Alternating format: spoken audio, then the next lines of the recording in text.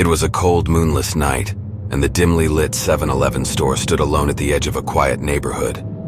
Dave had been working the late-night shift for a few months now, from 11 p.m. to 5 a.m., and most nights were uneventful. But one night, the darkness outside held a sinister secret that would haunt him for a long time.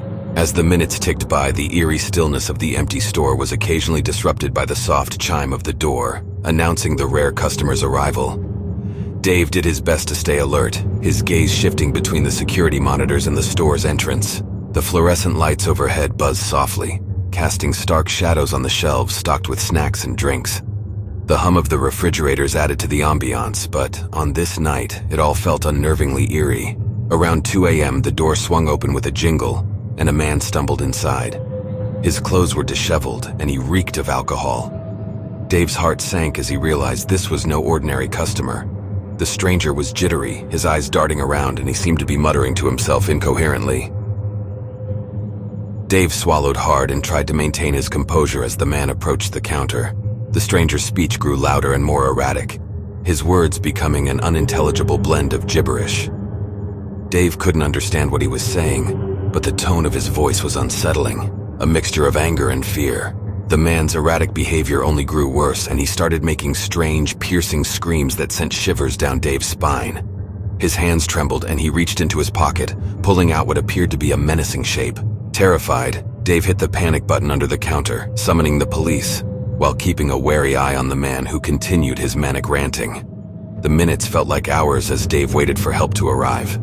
All the while, the man continued to act increasingly deranged. Finally, after what seemed like an eternity, the wailing sirens of the police car approached, and 2 officers entered the store. They expertly restrained the man, who was now thrashing about wildly. Dave, with his heart still pounding, watched as the officers searched the man and discovered a loaded Glock pistol hidden in his pocket. The gravity of this situation hit Dave like a freight train. The madman wasn't just a random drunk. He was a dangerous criminal, potentially armed and ready to do who knows what. The police arrested the man and took him away, leaving Dave shaken and vulnerable. As the sun began to rise and the morning light crept through the windows, Dave couldn't shake the feeling of dread that had settled deep in his bones. The realization that he had been so close to a potentially life-threatening situation during his night shift sent chills down his spine. As the sun began to rise and the morning light crept through the windows, Dave couldn't shake the feeling of dread that had settled deep in his bones.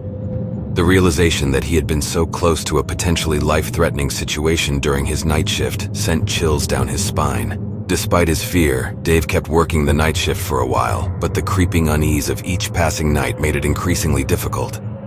Every customer seemed more menacing, and the store's flickering lights cast eerie shapes that played tricks on his imagination. One fateful night, he decided that he could no longer endure the late-night shift at the 7-Eleven.